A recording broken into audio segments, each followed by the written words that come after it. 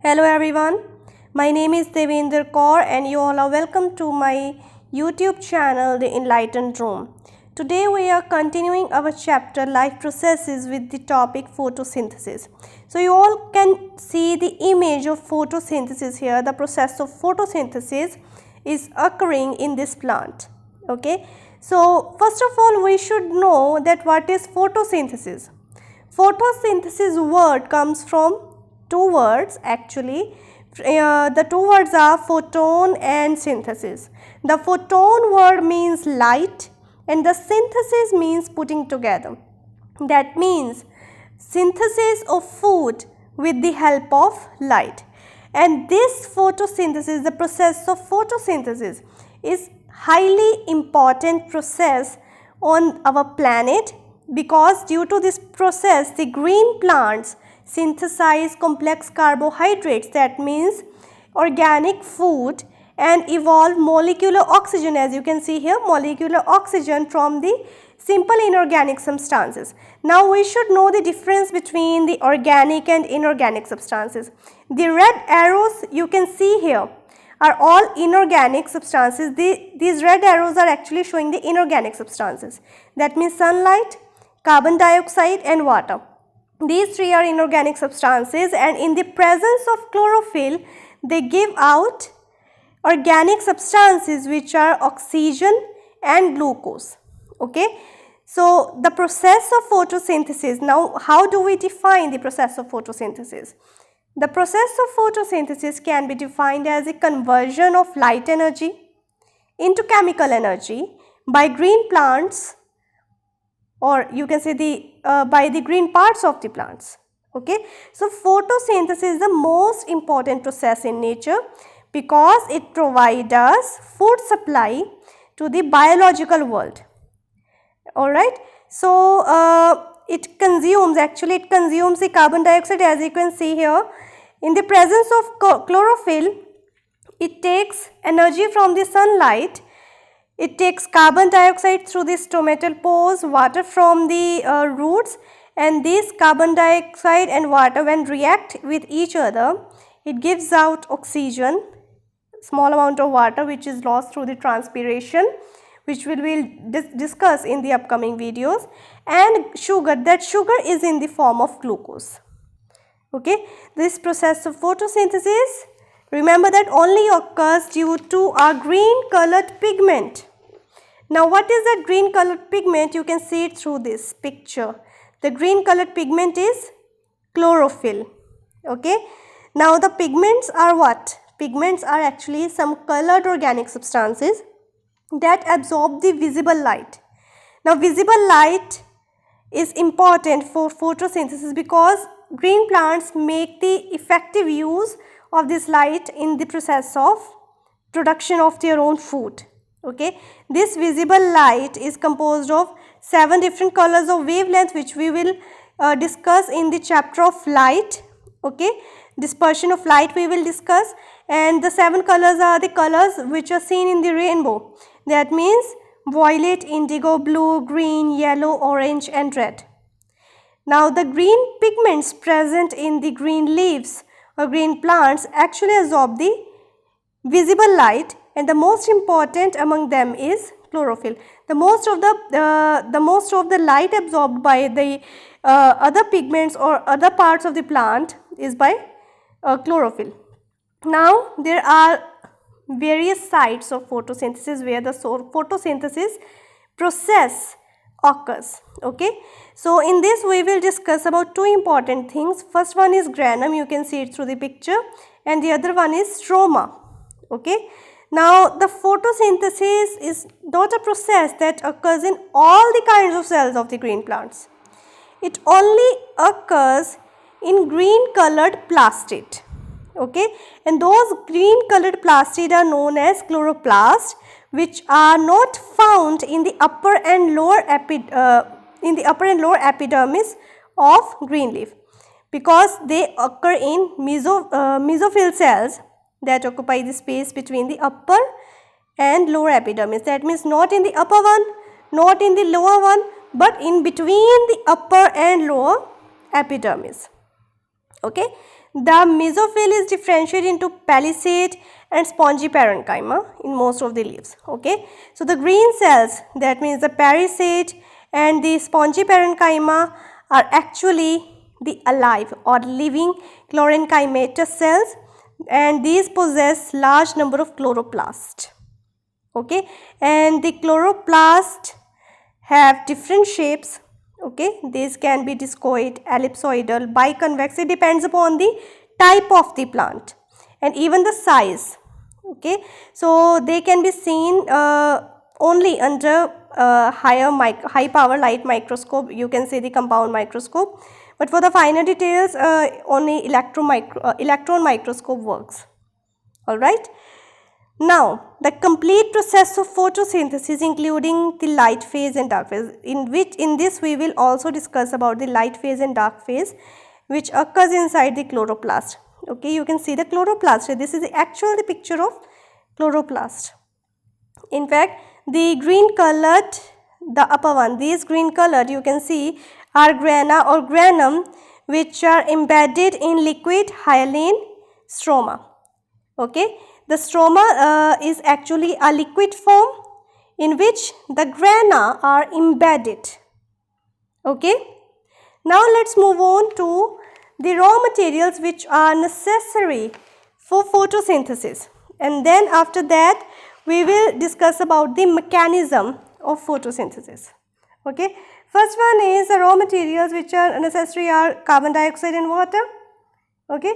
Now, there is a difference between the land plants and the aquatic plants. The land plants take the gaseous form of carbon dioxide, as you can see it through this picture. The land plants take the gaseous form of carbon dioxide, which enters the leaf through the stomata present in the epidermal layers. The stomata or stoma are actually minute pores guided by two kidney shaped guard cells. You can see here. And you can also see how the stoma is open and how it is closed. The guard cells actually the ones that regulate the opening and closing of stomatal aperture. The aquatic plants take dissolved form of, well, in case of aquatic plants, stomata also exist. What do they take? They consume actually the dissolved form of carbon dioxide through the general surface of plant body. Well, there is an assumption that carbon dioxide concentration in ocean water is over 50 times more as compared to atmosphere. So, in submerged aquatic plants, the stomata are absent. Okay, those who are submerged. Aquatic plants are of two types. First ones are floating and the other ones are submerged. In case of submerged ones, stomata are absent and absorption of water, mineral and gases only occur through the general surface of the plant. Now, the next one is water. Water is also another important raw material of photosynthesis because it gets oxidized in the presence of light. In this, the photolysis or photooxidation of water, the process of photooxidation of water occurs and it releases necessary electrons and protons which pass through electron transport system to generate the assimilatory power. Okay. So, water is responsible for the release of molecular oxygen here, as you can see the molecular oxygen here which goes into the atmosphere. Now, next one is mechanism of photosynthesis. So, we are coming again on this part, the mechanism of photosynthesis. So, in this part we will discuss about the light reaction and dark reaction. Okay. The raw materials, that means carbon dioxide and water, get converted into carbohydrates in the presence of light. So, the first step of the process starts when the light falls on the green leaves. Here the light falls on the green leaves, the pigment chlorophyll present in the chloroplast absorb the visible light, and after absorption it creates such a condition that the water breaks into hydrogen protons, that means H positive, electrons, and it evolves molecular oxygen. Okay, and this is called photolysis. And the photolysis of water is the first step of photosynthesis. This is a mechanism of photosynthesis. Okay, and in the first step of photosynthesis, oxygen is evolved into the atmosphere. The electrons and protons released by the photolysis of water are used up in the production of some another assimilatory power in the form of NADPH and ATP. Okay. This complete process that utilizes the light energy in photolysis of water, evaluation of molecular oxygen, synthesis of power is considered as light reaction of photosynthesis, and it occurs in the granum part of the chloroplast. Light reaction, or you can say the photolysis of water, occurs in the granum part of chloroplast. Now the remaining is dark reaction, and you know where the dark reaction will occur? It will occur in the stroma part, because the assimilatory power which was produced in the light reaction of photosynthesis is used up in the next step, where carbon dioxide of atmosphere is utilized in the production of carbohydrate. We were discussing about two inorganic substances. First one is water, second is carbon dioxide. Water has been utilized in the production of oxygen. Now it's turn for the carbon dioxide, and the carbon dioxide of atmosphere is utilized in the production of carbohydrate. This step was discovered by Kelvin, Benson and Bassam in the year 1953.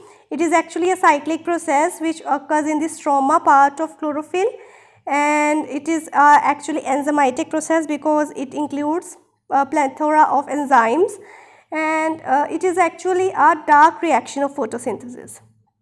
Okay. Now, because why it is called dark reaction?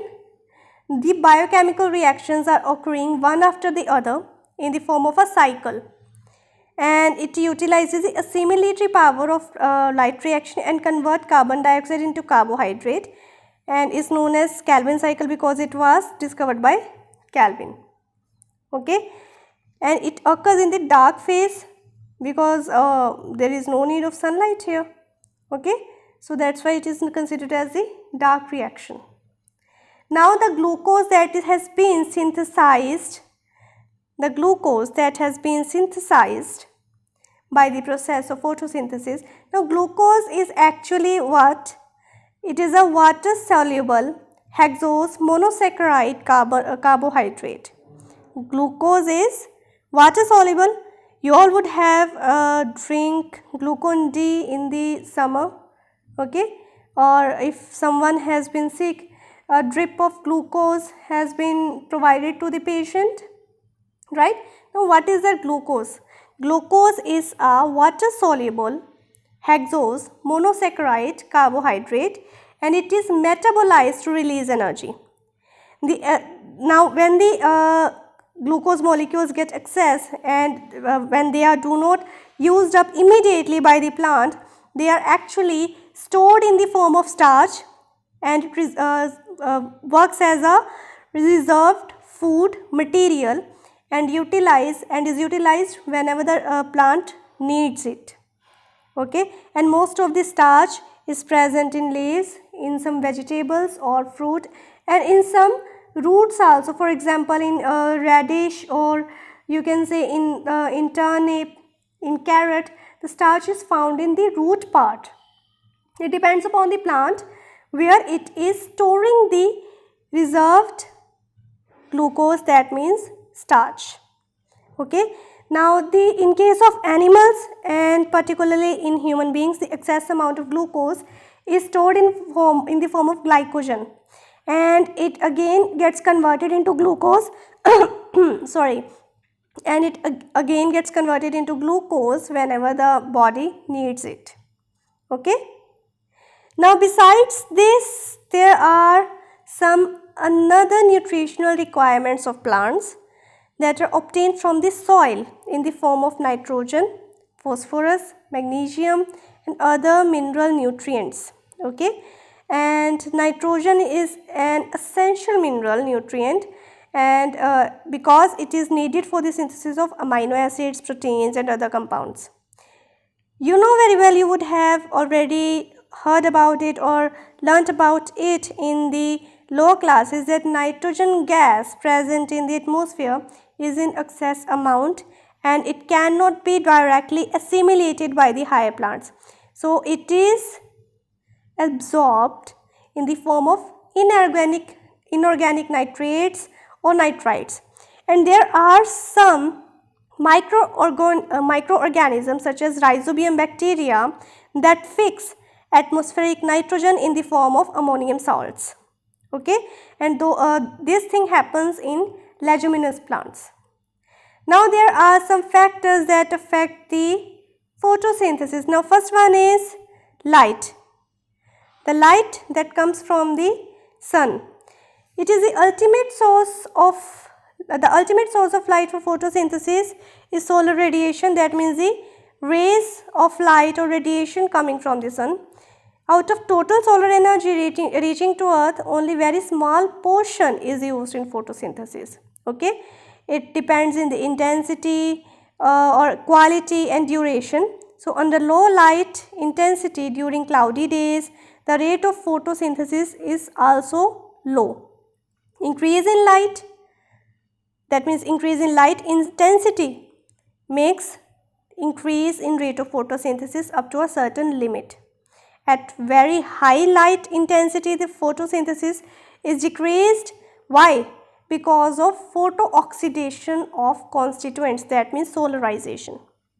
Okay, excess of everything is bad, you all would have heard that. Okay, so the quality of light also affects the photosynthesis. Green pigments, that means chlorophylls, absorb mostly the blue and red regions of the spectrum of Vibgyor, that means violet, indigo, blue, green, yellow, orange, red. Okay, so they reflect green light, that's why the leaves seems to be green in color. Okay, so therefore the photosynthesis is high in blue and red light, and photosynthesis does not occur in green light. If specifically blue light is provided or red light is provided to the plant, the photosynthesis will occur. If green light is provided to the plant, the photosynthesis will not occur. Okay, the next one is temperature. Temperature highly depends upon of course the surroundings. Okay, and the rate of photosynthesis increase in temperature up to 40 degrees Celsius. Above this temperature, there is decrease in photosynthesis. Similarly, at low temperature, the rate of photosynthesis will decrease. Okay, because it inhibits the photosynthesis. The temperature affects photosynthesis by affecting the activity of enzymes. Because as I told you, the stroma part, the dark phase reaction is actually you can say enzymatic process, because lots of enzymes are included in it. Okay, the next one is carbon dioxide. Carbon dioxide is consumed by the green plants, and in our atmosphere the concentration of carbon dioxide is 0.033% by volume. It is really a low concentration for photosynthesis. Thus, the rate of photosynthesis increases by increasing the concentration of carbon dioxide in atmosphere if the light and temperature conditions, to be noted, the light and temperature conditions are not limiting. Okay. At the same time, again very high concentration of carbon dioxide becomes toxic to plants and it stops the process of photosynthesis. Alright. Next one is water. Water is one of the essential raw materials of photosynthesis. It really acts as a limiting factor because less than 1% of the water absorbed by plant is used in photosynthesis. Okay, the rate of photosynthesis is lower if the plant is inadequately supplied with water. That means you are watering your plant today and then after 2 to 3 days the plant will dry up. It needs the continuous supply of water, adequate supply of water. So, under water deficient conditions, the stomatal apertures remain closed and reduce the loss of water by transpiration. As a consequence, the entry of CO2 is also stopped in the leaves. That's why it highly affects the plant. Okay. So, that's up for today's video. Today we have discussed about the photosynthesis. And our next topic will be heterotrophic nutrition in animals, which will include nutrition in amoeba, and if possible I will also make a video for the nutrition in human beings in this same one. Okay, that means I will try to discuss both the topics in the one video, but I think it is completely impossible for me, because nutrition in human beings is a large process and it needs much larger time, much more time. Okay, but still I will try. So stay tuned, and if you found my video useful, subscribe to my channel and click on the bell icon. Thank you for watching.